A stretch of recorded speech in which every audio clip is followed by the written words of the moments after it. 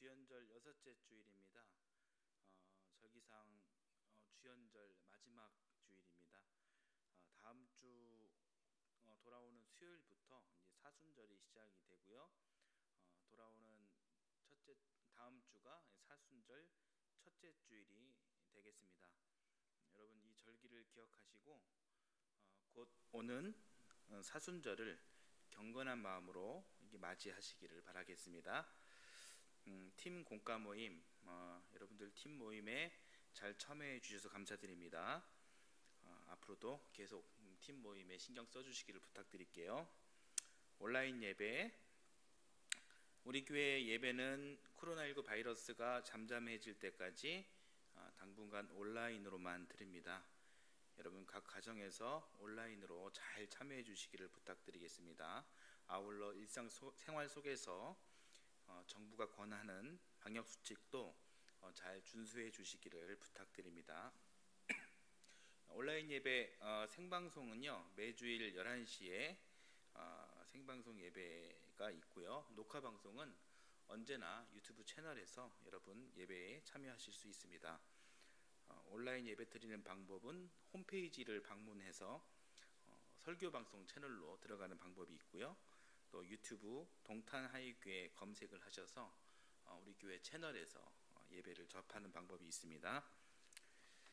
개인 기도에 소홀하지 않도록 여러분 시간을 정해서 시간을 정하는 게 중요한 것 같습니다.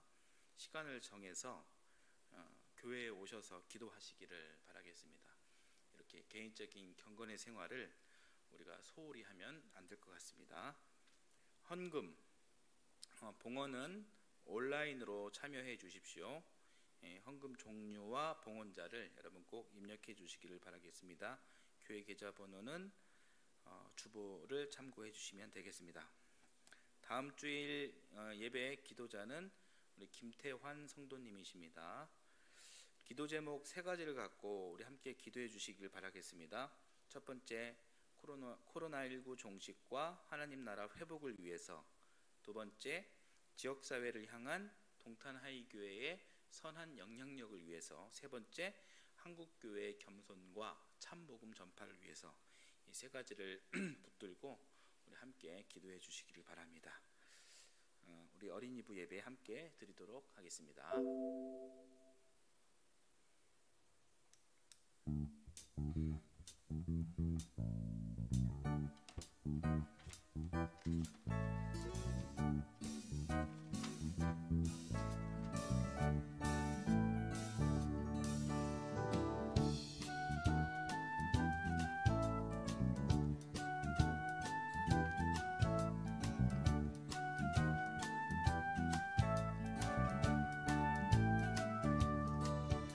함께 찬양하겠습니다.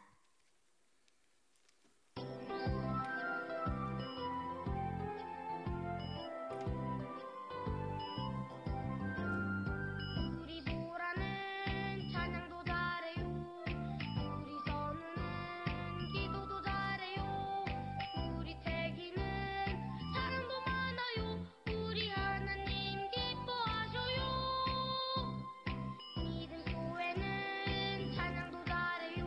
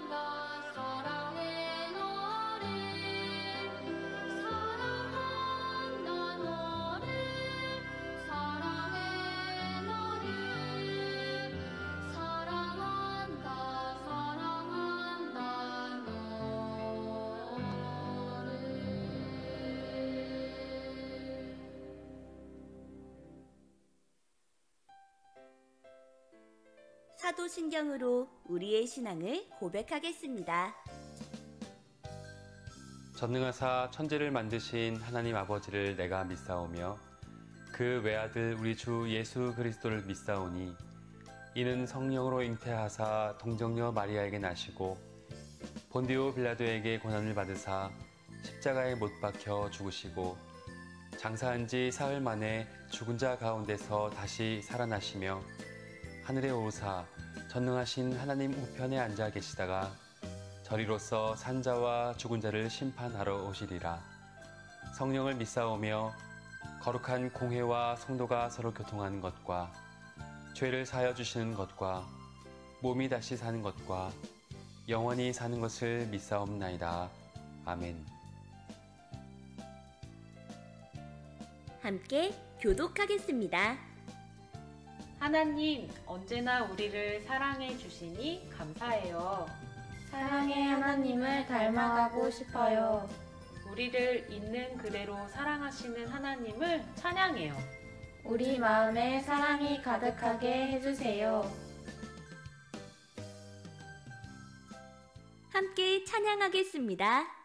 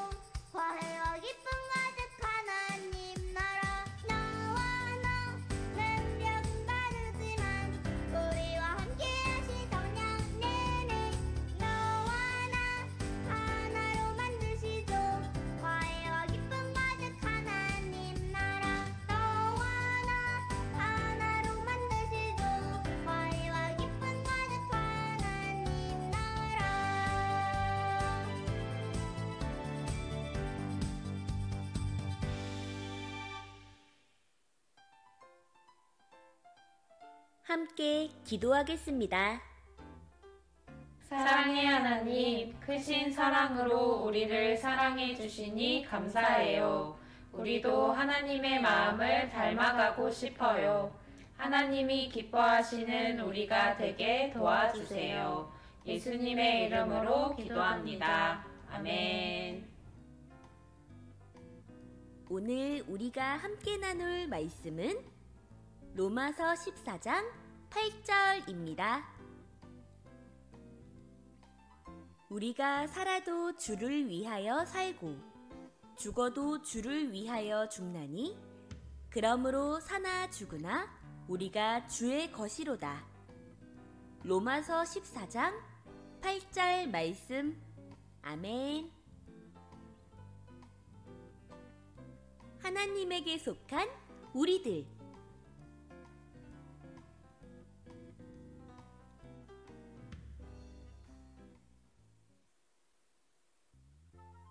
로마 교회에 다툼이 일어났어요.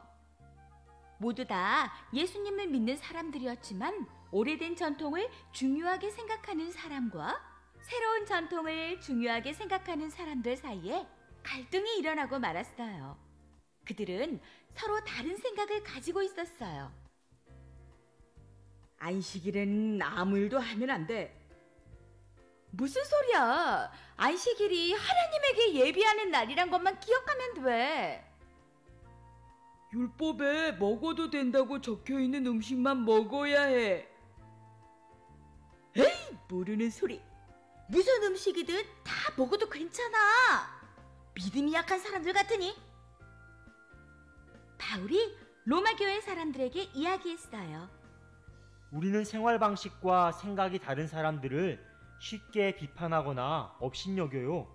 하지만 여러분, 서로 다른 생각과 삶의 모습을 가지고 있는 사람들을 비판하지 마세요. 서로 다르다고 화를 내거나 불편하게 여기지 말고 너그럽게 대해주세요. 우리는 서로 조금씩 다르지만 모두 예수님을 믿는 사람이에요. 각자 무엇을 하든지 하나님을 위해서 하는 것임을 기억하세요. 하나님은 우리 모두를 사랑하세요. 우리는 모두 하나님의 사람이에요.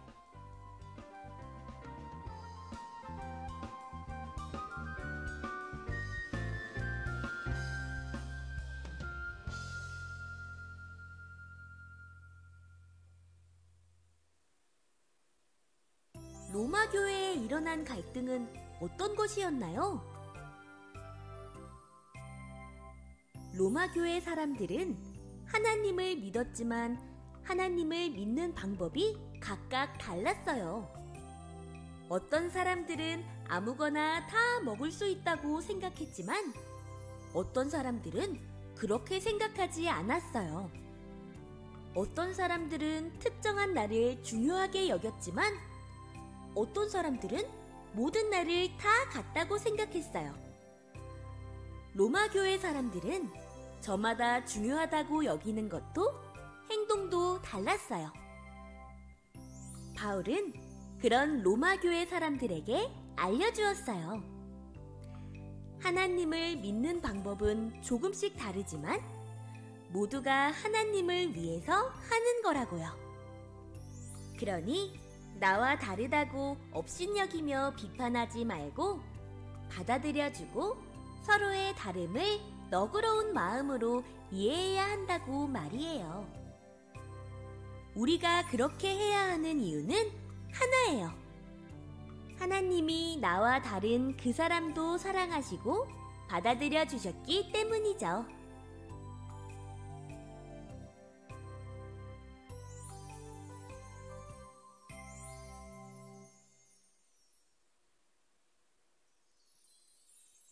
이제 두 손을 모으고 우리의 마음을 모아 함께 기도하겠습니다. 한 사람 한 사람을 있는 모습 그대로 받아들여 주시는 하나님, 참 감사해요. 우리도 하나님의 크신 사랑을 닮아가기를 원해요. 하나님이 우리를 받아들여 주셨듯이 우리도 서로를 존중하며 살아갈래요. 다름을 비판하는 일에 열심을 내기보다 이해하고 보듬을 줄 아는 성숙한 사람이 되기를 원해요. 하나님이 모두를 사랑하셨듯이 우리도 서로를 사랑하며 살아가도록 인도해 주세요. 예수님의 이름으로 기도합니다. 아멘.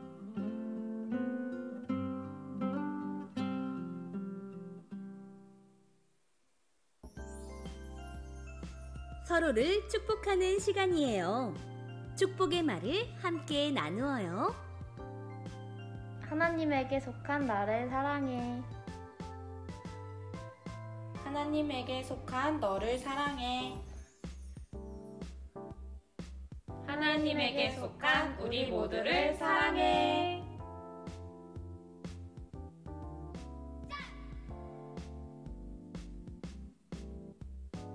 예수님이 가르쳐 주신 기도로 예배를 마쳐요.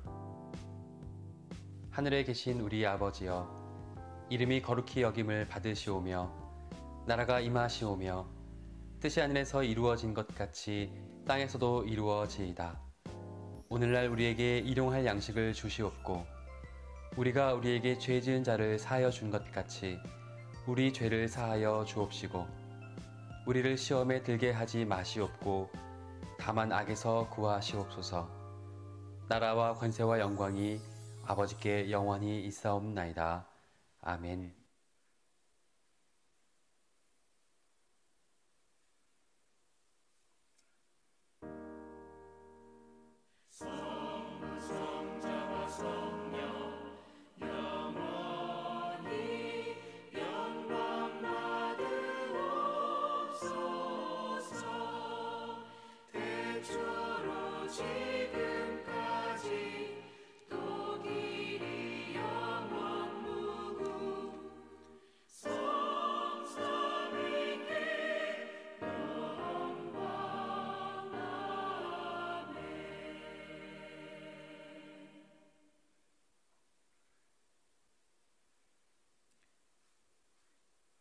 너희는 마음에 근심하지 말라.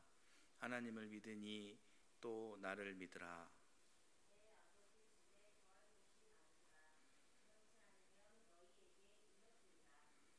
내가 너희를 위하여 거처를 예비하러 가노니 가서 너희를 위하여 거처를 예비하면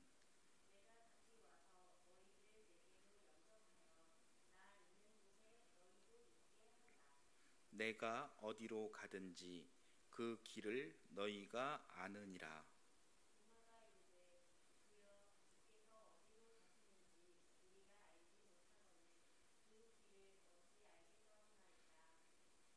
예수께서 이르시되 내가 곧 길이요 진리요 생명이니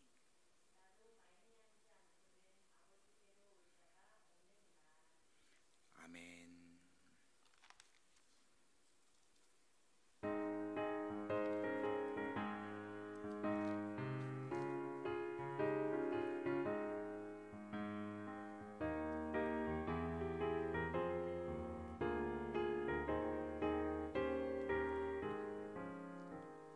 슬픈 마음 있는 사람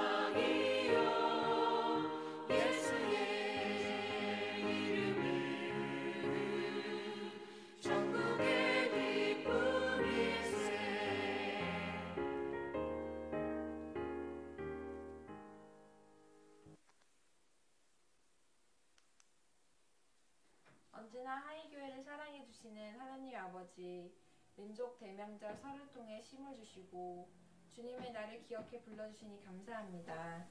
일상의 분주함을 잠시 내려놓고 그동안 잊고 살았던 가족의 소중함을 새삼 느꼈습니다. 코로나 바이러스로 인해 이전과는 다른 명절 분위기였지만 사랑하고 함께 기도할 수 있는 가족이 있음에 감사함을 느끼는 시간이었습니다. 그렇지만 즐겁고 풍성해야 할 명절에 여러 가지 상황과 처지로 인해 조금은 고독하고 부족한 연휴를 보낸 이웃도 있을 줄 압니다. 주님 그들의 소외된 처지와 외로운 마음을 위로해 주사 하나님께서 허락하신 평안을 맛보게 하시고 하늘 소망을 품게 하여 주시옵소서. 전염병과 함께 코로나 블루로 위기에 놓인 이웃을 위해 기도하게 하시고 방역 당국의 지혜를 허락하사 더 이상의 생명이 덧없이 희생되는 일이 없도록 은혜 내려 주시옵소서. 또한 하이교회가 올해부터 팀별로 진행하고 있는 본과 공부를 기억해 주사 코로나 바이러스로 맞이하게 된 새로운 국면에 생기를 불어넣는 활기가 되게 하여 주시옵고 성령님이 함께하사 매 시간마다 은혜롭고 주님의 말씀을 배울 수 있도록 허락해 주시옵소서. 이런 소망을 가지고 주님께서 단위에 세우신 김모건 목사님을 통해 말씀을 기다립니다. 하이교회의 처지를 잘 알고 계신 하나님 아버지께서 지금 우리에게 가장 필요한 말씀을 전해주실 줄 믿사오니 오직 이 믿음 가지고 예배로 나아갈 때 주님 말씀을 마음밭에 온전히 심게 하여 주시옵소서. 혹 명절로 인해 예배의 자리에 나오지 못한 성도가 있다면 어디에 있든 이 자리를 기억하게 하시고 안전한 귀경길 되게 하여 주시옵소서. 모든 말씀 우리 주 예수 그리스도의 이름으로 기도합니다. 아멘. 아멘. 이 시간 우리에게 주시는 하나님 말씀 마태복음 6장 19절에서 24절까지 말씀을 우리 함께 봉독하도록 하겠습니다. 아멘.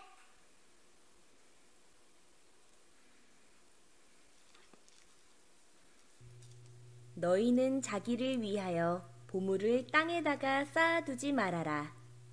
땅에서는 좀이 먹고 녹이 슬어서 망가지며 도둑들이 뚫고 들어와서 훔쳐간다. 그러므로 너희를 위하여 보물을 하늘에 쌓아두어라. 거기에는 좀이 먹고 녹이 슬어서 망가지는 일이 없고 도둑들이 뚫고 들어와서 훔쳐가지도 못한다. 너의 보물이 있는 곳에 너의 마음도 있을 것이다. 눈은 몸의 등불이다. 그러므로 내 눈이 성하면 내 온몸이 밝을 것이요. 내 눈이 성하지 못하면 내 온몸이 어두울 것이다.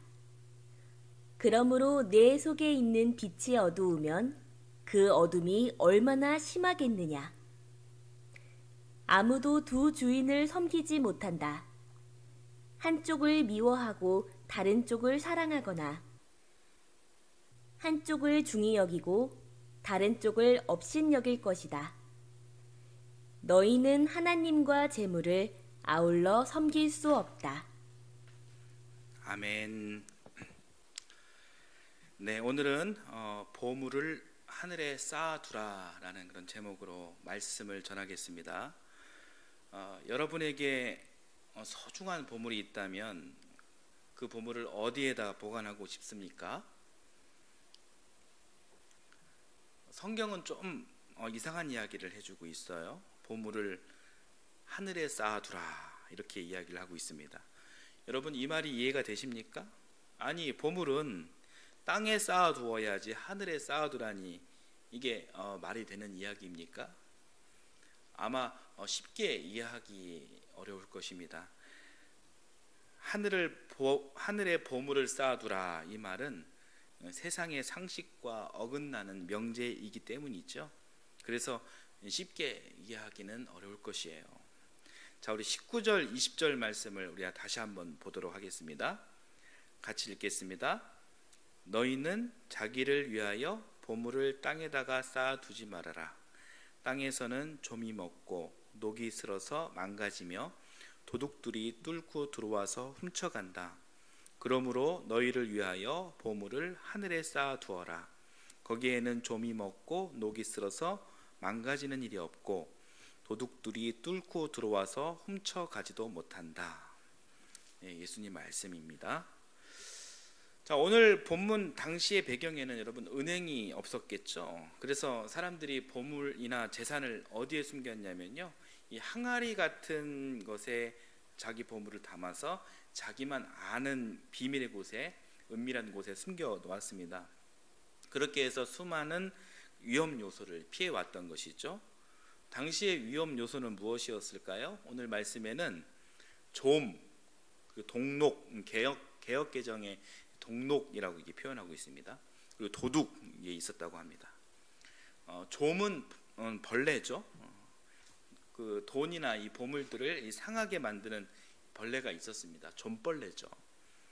또 동록, 이 녹이 쓴다고 하였습니다. 녹이 쓸면 이 보물의 가치는 떨어지죠. 그러니 이 땅에 그 보물을 묻어둔다고 해서 잘 보존되지 않는다라는 그런 이야기예요. 또 도둑들도 있었다고 합니다. 도둑들은 어떻게 그 비밀을 알았는지 그것을 훔쳐간다고 하는 거예요. 이런 그 이야기들은 아무리 좋은 보물이라 할지라도 땅에 쌓아두면 그 보물의 가치는 영원하지 않다라는 그런 말씀이에요. 따라서 예수님은 이 보물을 땅에 쌓아두지 말고 하늘에 쌓아두라, 이렇게 말씀하신 것입니다. 21절 말씀을 한번 다시 보겠습니다. 같이 읽겠습니다. 너의 보물이 있는 곳에 너의 마음도 있을 것이다. 네, 그렇습니다. 보물은요, 그 사람의 인격과 그 사람의 삶의 방향을 결정합니다. 보물이라는 것을 잘 생각해 보면 그 보물을 소유하고 있는 그 사람의 인격이 되기도 하고요, 또 그 사람의 가치관이 되기도 합니다. 예를 들어서 명예가 자기 보물인 사람은 인생의 초점이 그 명예를 세우고 그 명예를 지키는 것에 맞춰져 있죠. 그것을 이루기 위해서 피와 땀, 눈물을 흘리면서 자기의 온 삶을 희생하면서 살아갑니다. 삶의 이정표가 바로 명예인 것이죠. 돈이 자기 보물인 사람들은 오로지 돈에 초점이 맞춰져 있습니다. 돈 버는데 굉장한 재미를 여기죠. 따라서 삶의 방향도 당연히 그쪽으로 가게 돼 있는 것이죠. 삶의 우선순위는 바로 뭐니 해도 돈입니다. 쾌락을 좋아하는 사람도 마찬가지죠. 삶의 우선순위는 쾌락이에요. 인생이란 다 그런 방식으로 돌아가게 됩니다. 이것이 세상 돌아가는 원리예요. 이렇듯 그 사람에게 보물이 무엇이냐에 따라 곧 그 사람의 인격이 나타나고 삶의 방향을 결정해 주는 것입니다. 그만큼 이 보물은 굉장히 중요한 것입니다. 제가 여러분들께 질문을 하나 드립니다. 어떤 소중한 가치가 여러분의 삶의 방향을 제시해 주고 있습니까? 옆에 계신 분들과 한번 이야기를 나눠보십시오. 당신의 보물은 무엇입니까?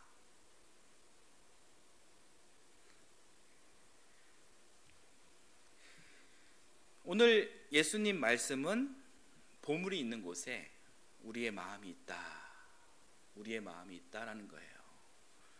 여러분, 예수님의 이 전제에 동의가 되십니까? 네, 동의가 되죠. 동의가 됩니다. 그렇다면 우리는 어떤 보물을 가졌느냐, 즉 어떤 마음을 품고 있느냐에 따라 우리의 인생이 완전히 달라질 수 있습니다. 어떻게 보면 오늘 말씀은 굉장히 다단한 우리의 인생살이, 어떻게 하면 정말 행복하고 즐거운 삶을 영위할 수 있는지 그 이야기를, 그 방법을 예수님께서 당신의 방식으로 우리들에게 가르침을 주고 있는 거예요. 예수님의 지혜를 말씀해 주시고 계신데 오늘 이 말씀을 여러분 잘 들어봐 주십시오. 예수님은 세 가지 말씀을 해주십니다. 우리가 이 세 가지 마음을 품으면 좋겠다라는 거예요. 자, 첫 번째 어디에다 보물을 쌓을지 결정해야 합니다. 예, 이게 첫 번째예요. 어디에다 보물을 쌓을지 결정해야 한다. 그곳이 땅입니까? 하늘입니까? 어디입니까? 자유의지를 가진 우리들 마음이 이제 선택하면 되는 거예요. 어느 날 절친한 친구 두 사람이 만났습니다. 두 친구는 이런저런 이야기를 하다가 한 친구가 이렇게 말합니다. 3주 전에 할머니가 돌아가셨는데 할머니가 2억 원의 재산을 남겨주셨어. 그랬더니 다른 친구가 와 대박 2억 원이라니 야 부럽다. 예, 그랬더니 친구가 또 이야기합니다. 2주 전에는 할아버지가 돌아가셨는데 3억 원의 재산을 남겨주셨어. 친구는 우와 대박 이제 너는 5억을 가진 부자구나 부럽다. 그랬더니 또 친구가 이야기합니다. 지난주에는 외할머니가 돌아가셨는데 10억 원을 남겨주셨어. 와 완전 대박 15억이라니 와 완전 부럽다. 그런데 단숨에 이 15억 원을 챙긴 재산이 생긴 이 친구의 표정이 자세히 보니까 별로 안 좋아요. 그래서 이 친구가 물어봅니다. 야 그런데 넌 표정이 왜 이렇게 그렇게 안 좋아 보이냐? 기분이 썩 좋아 보이지 않는다? 그랬더니 이 친구가 이렇게 이야기합니다. 친구야 안타깝게도 이번 주에는 아무도 안 돌아가셨어. 사람의 욕심은 끝이 없다라는 것을 말해주는 아주 우픈 예화이죠. 그렇습니다. 한도 끝도 없는 것이 인간의 욕심이에요. 땅의 것을 품고 살아가는 인생은 여러분 만족도 없고요 기쁘지도 않습니다. 참된 행복을 찾을 수 없습니다. 오직 명예와 자기 이익만을 위해 살아가는 것이란 정말 외로운 일이고요 늘 최고를 지켜야 하는 이 불안함에 이 살얼음판을 걷는 기분일 것입니다. 아무리 통장에 어마무시한 돈이 쌓여 있어도 자기 명예가 실추된다거나 최고가 되지 못해 자기 자존감이 무너지게 되면 그 서 있는 살얼음판이 와르르 무너지게 되어 있습니다. 걷잡을 수 없는 공공으로 빠져버릴 것입니다. 땅의 가치만을 품고 살아간다는 것은 그 순간은 좋아 보일 수 있겠죠. 그러나 그 가치가 위태로워지거나 위협을 받을 때가 되면 그 인생은 무너지게 돼 있다는 것이죠. 재벌들, 정치인들, 명예, 돈, 권력 이 쥔 사람들의 안타까운 말로를 적잖게 우리는 보았으리라 생각합니다. 이 가치가 궁극적으로는 행복한 일이 될 수는 없다라는 이야기죠. 그러나 하늘의 것을 품고 산다면 말이 달라집니다. 하늘은 여유가 있습니다. 넓은 마음이 있습니다. 답답했지만 하늘을 바라보니 가슴이 트이고 얼마나 감사한지 모릅니다. 답답하다가도 하늘을 바라보면 한없이 기뻐질 수 있습니다. 한없이 감사하게 될 수 있습니다. 내 욕심, 내 명예가 아닌 하늘의 뜻을 바라보니 내 이기적인 사람에서 벗어나 내 주변 사람의 형편을 돌아볼 수도 있습니다. 그러다 보니까 내가 속한 공동체가 기뻐하게 되고 또 모두가 유익한 이 일에 내 몸을 헌신하게 됩니다. 어느새 이타적인 사람이 되어집니다. 그런 자신의 모습이 자랑스럽고 행복하기도 합니다. 여러분, 첫 번째는 이것입니다. 어디에다 보물을 쌓고 싶으신가요? 결정하셔야 합니다. 자, 둘째, 어디를 바라보고 살 것인가? 이것을 결정해야 합니다. 어디를 바라보고 살 것인가? 이것을 결정해야 합니다. 자, 22절, 23절 말씀을 또 함께 보겠습니다. 같이 읽겠습니다. 눈은 몸의 등불이다. 그러므로 내 눈이 성하면 내 온몸이 밝을 것이요 내 눈이 성하지 못하면 내 온몸이 어두울 것이다. 그러므로 내 속에 있는 빛이 어두우면 그 어둠이 얼마나 심하겠느냐. 예수님의 말씀입니다. 예수님은 오늘 말씀에서 우리의 이 두 눈을 이게 뭐라고 표현하셨습니까? 몸의 등불이다 이렇게 말씀하셨어요. 사실 그렇습니다. 눈 때문에 우리 몸이 갖고자 하는 방향을 알게 되는 것이고 이에 따라서 행동이 결정되는 것이죠. 그만큼 이 눈은 굉장히 중요합니다. 눈 얘기가 나와서 하는 이야기인데요. 요즘 여러분들의 시력이 어떠신가요? 보통 우리네들 2.0 정도 되면은 굉장히 좋은 시력이다라고 보시죠. 1.5 정도면 참 눈 관리 잘했네 이렇게 칭찬받죠. 저는 0.3이에요. 관리를 잘 못했습니다. 또 요즘에 노안이 와서 부쩍 더 안 좋아졌습니다. 안경을 이렇게 안 쓰면 이렇게 운전도 잘 못해요. 여러분 제가 퀴즈 하나 내겠습니다. 여러분 사람의 시력이 어디까지 올라갈 수 있을까요? 사람의 시력. 옆에 분들과 한번 이야기를 나눠보십시오. 어떤 책을 보니까 5.0에서 9.0까지 올라갈 수 있다 이렇게 이야기합니다. 여러분 놀랍지 않으신가요?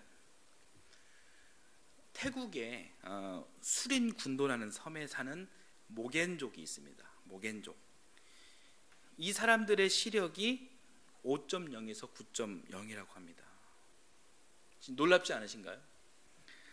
굉장히 놀랍고 굉장히 미스테리한 일인데 이 시력이 가능한 이유는요. 이 모겐족은 비결이 있어요. 이 모겐족은 하루에 2시간 이상씩 하늘을 쳐다본다라고 합니다. 구름을 본대요. 2시간씩.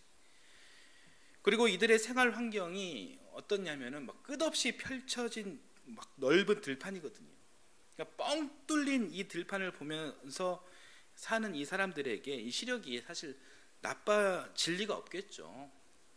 우리 같이 아파트로 둘러싸여 이 시야가 차단되고 만날 하늘이 아닌 스마트폰만 이렇게 뚫어져라 보고 있는 우리는 상대적으로 이렇게 시력이 좋아질 리 만무합니다. 이 자연 환경과 이 몸의 상호 관계를 다시 한번 생각하게 하는 대목입니다.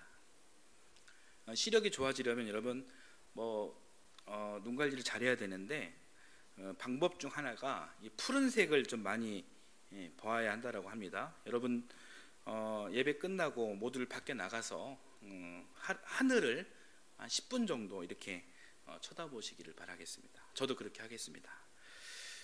여하튼 이 사람 시력이 여러분 9.0 이 모겐족처럼 이 9.0이면 독수리 시력과 맞먹습니다.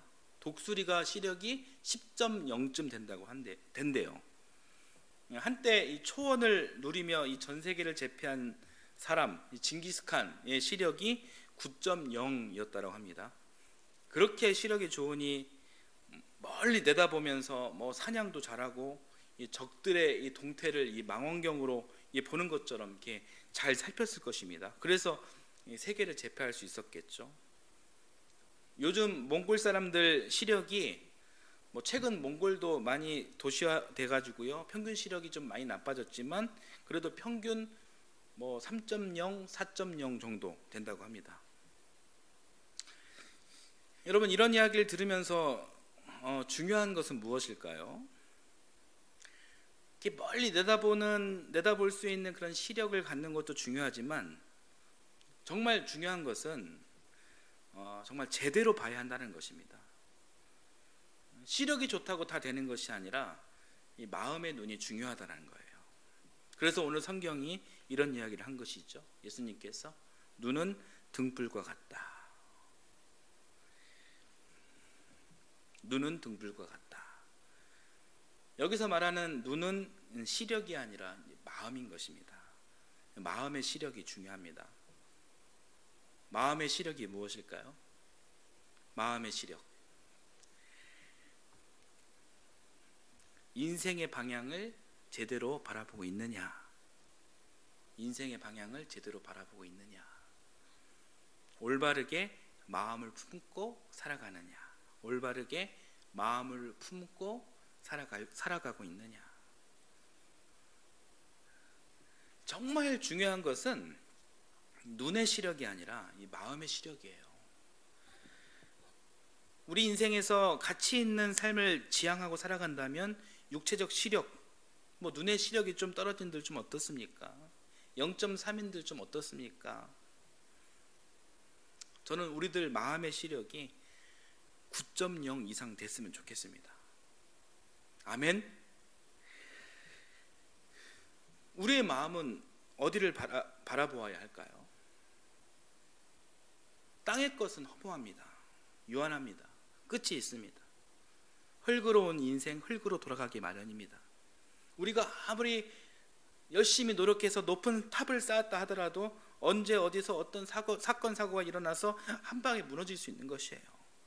빈손으로 온 인생, 빈손으로 돌아가게 돼 있습니다. 우리가 갖고 있는 것 아무것도 가져갈 수 없습니다. 그래서 지금 보물을 하늘에 쌓아두는 사람들, 이 사람들이 어쩌면 좀 미련해 보일 수 있죠. 손해도 봐야 하고요.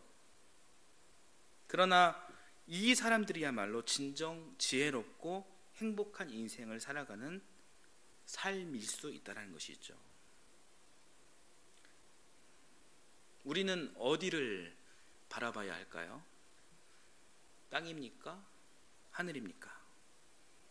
이것을 결정해야 합니다. 자, 세 번째,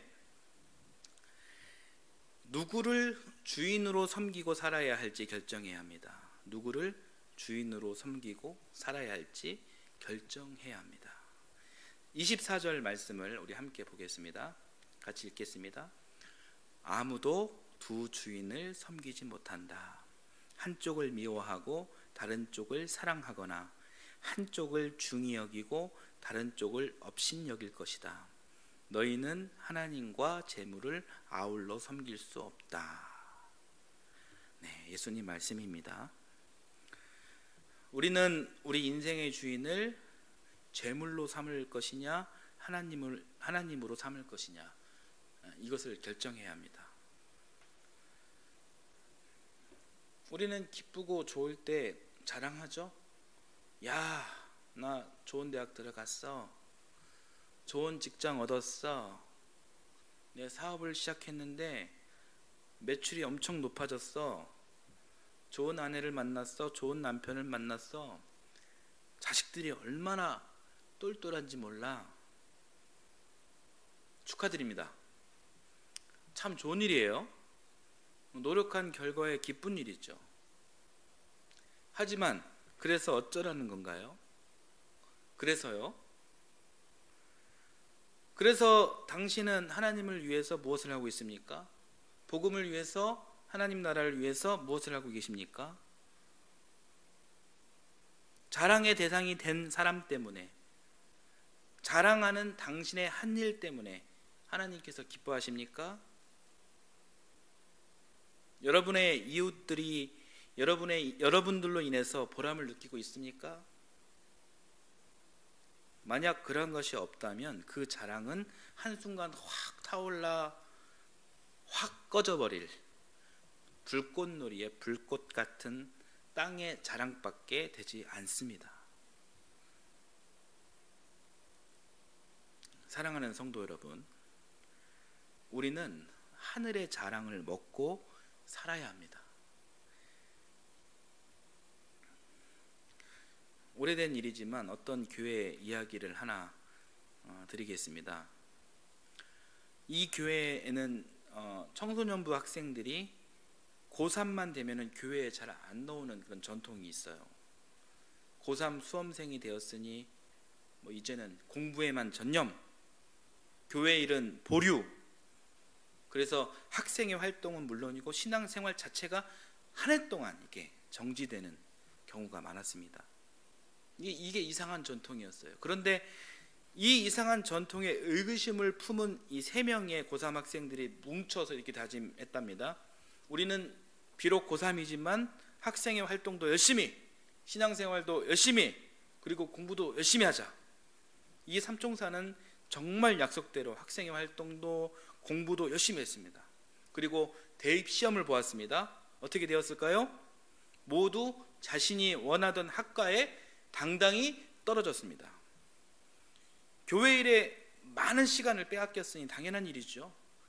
만족할 만한 성과, 성적이 되지 못해서 이 학생들은 어쩔 수 없이 눈높이를 낮출 수밖에 없었습니다. 그래서 한 학생은 러시아과로, 다른 학생은 중국어과로, 또 다른 학생은 베트남어과로 이렇게 비인기 학과에 각각 입학했습니다. 그때 당시에는 러시아, 중국, 이 베트남 이 사회주의권 국가들이 이렇게 그 개방을 하지 않아서요, 활성화되지 않아서 뭐 우리나라와 이렇게 교류가 특별히 없었다고 합니다. 비인기 학과, 이 생소한 학과에 입학하니 뭐 아니다 다를까 교회의 주변 사람들이, 그리고 그 자기의 주변 사람들이 이 학생들을 보면서 이렇게 얘기하는 것이죠. 당연한 결과지, 이렇게 말하면서 실패자라고, 루저라고 그렇게 몰아붙였습니다. 그러나 이 학생들이 군대에 다녀오고 딱 졸업하자마자 당시 소련이 무너지고 이 중국이 문호를 개방하고 이게 베트남과 막 교역이 막 이루어지기 시작했다고 합니다. 이 세상이 완전히 바뀐 것이죠. 이 준비가 안 된 상태에서 이런 일이 벌어지니까 이 기업들도 난리가 난 거예요. 그 나라 언어를 하는 사람을 찾기 위해서 막 동부서주했고, 실패자라고 루저라고 낙인 찍혔던 이 세 사람은 그 시대 준비된 인재로 인정받아가지고 모두 성공한 사람이 되었다라는 이야기예요. 한 예화지만 여러 가지를 생각하게 하는 예화예요. 신앙, 하나님을 믿는 것, 잠깐 보류할 수도 있는 것일까요? 고3 때 신앙을 잠깐 보류하고 열심히 공부해서 명문대 명문학과에 들어갔다고 할게요. 그리고 잘 졸업하여 좋은 직장에 취직하고 좋은 가정을 이루고 잘 살고 있습니다. 그러나 인생을 살면서 만만치 않은 그런 위기와 역풍을 또 만날 것입니다. 이 삶이 만만치 않잖아요. 뭐 결혼 생활의 위기, 뭐 직장 생활의 위기, 이 경제의 위기, 오늘날에는 뭐 이 코로나의 심각한 위기 있잖아요.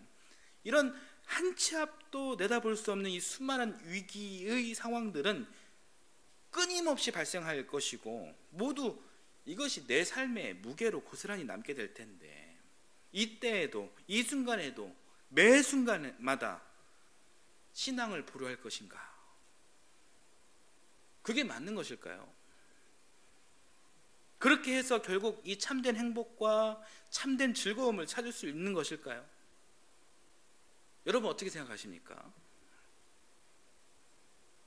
사랑하는 성도 여러분, 우리는 믿음으로 살아야 합니다.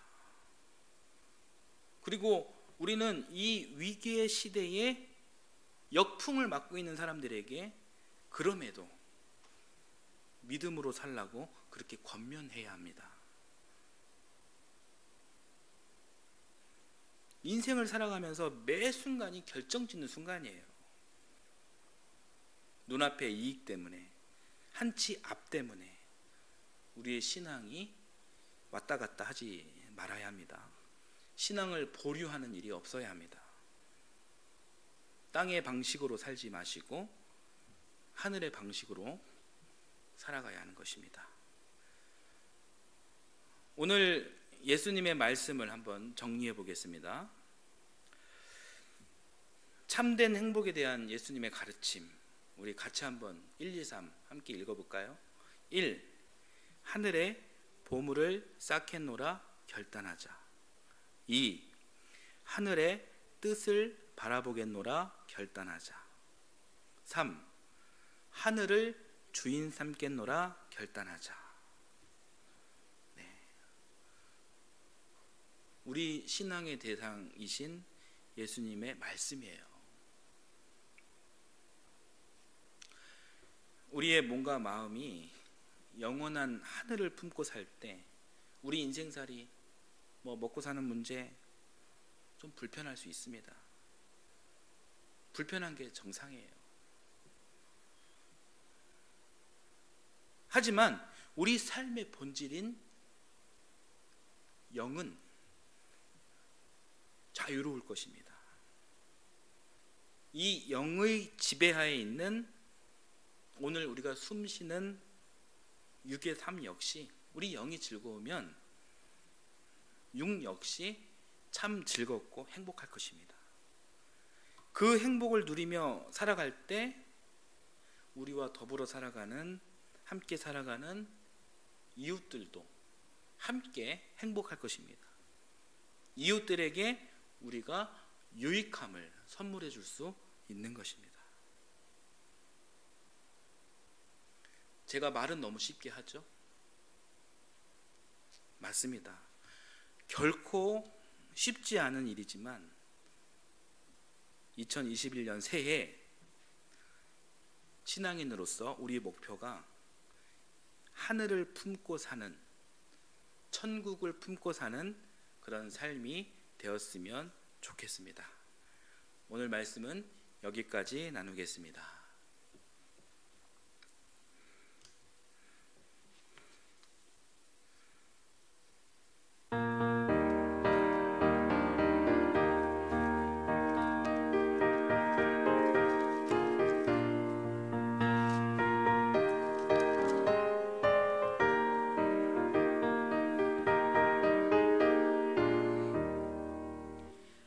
황무지가 장미꽃같이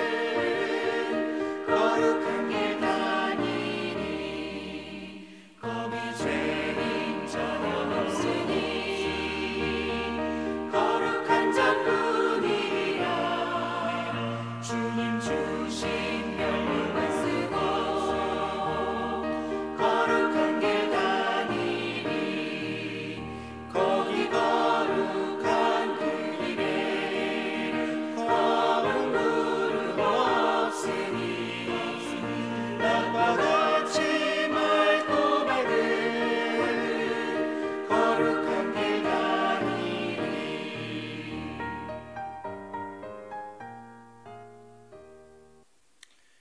하나님 감사합니다. 오늘 말씀을 통해 하늘의 복을 쌓아두라, 영원한 행복과 기쁨이 있는 참 진리를 배웠습니다. 이 진리가 우리 마음에 감동 과마로 남게 하시고, 또 이 진리를 세상에 널리 전파하고 이 진리를 우리의 삶으로 구현해내는 성숙된 믿음이 우리에게 있게 하옵소서. 이 시간 주님께 감사하며 귀한 예물을 드립니다. 이 예물이 쓰이는 곳곳마다 하나님의 정의가 드러나게 하시고 바친 손길 위에도 하늘의 축복이 가득하게 하옵소서. 감사드리며 예수님의 이름으로 기도드립니다. 아멘.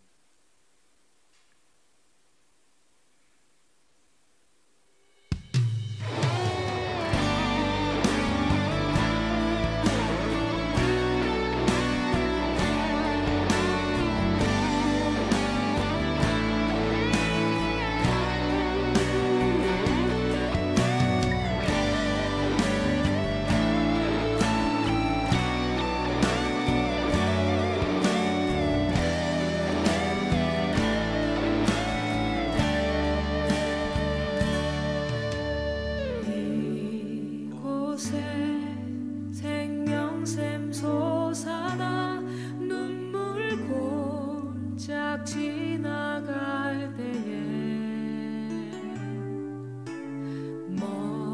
머잖아 열매 맺히고 웃음소리 넘쳐나리라. 이곳에 생명샘 솟아나 눈물 곧잘 지나가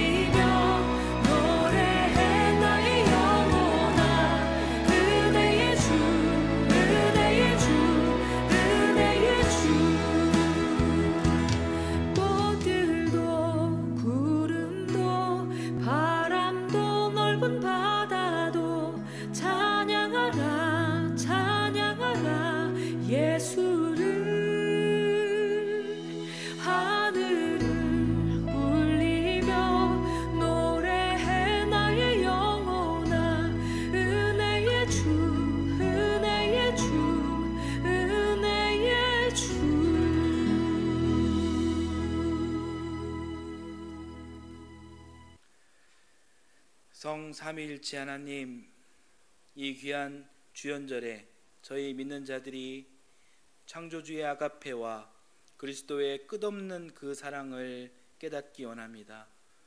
이 믿음으로 살고자 결단하는 주님의 귀한 성도들 마음과 생각을 늘 지켜주시고 축복해 주옵소서. 선물로 주신 자녀들을 눈동자같이 지켜주시고 축복해 주옵소서. 코로나19 바이러스로 인해 고통받고 신음하는 이 인류를 용서해 주시고 치료와 평안을 주시옵소서. 이 모든 말씀 생명 창조, 생명 구원, 성부, 성자, 성령 삼위일체 하나님의 이름으로 간절히 축원하며 기도하옵나이다. 아멘.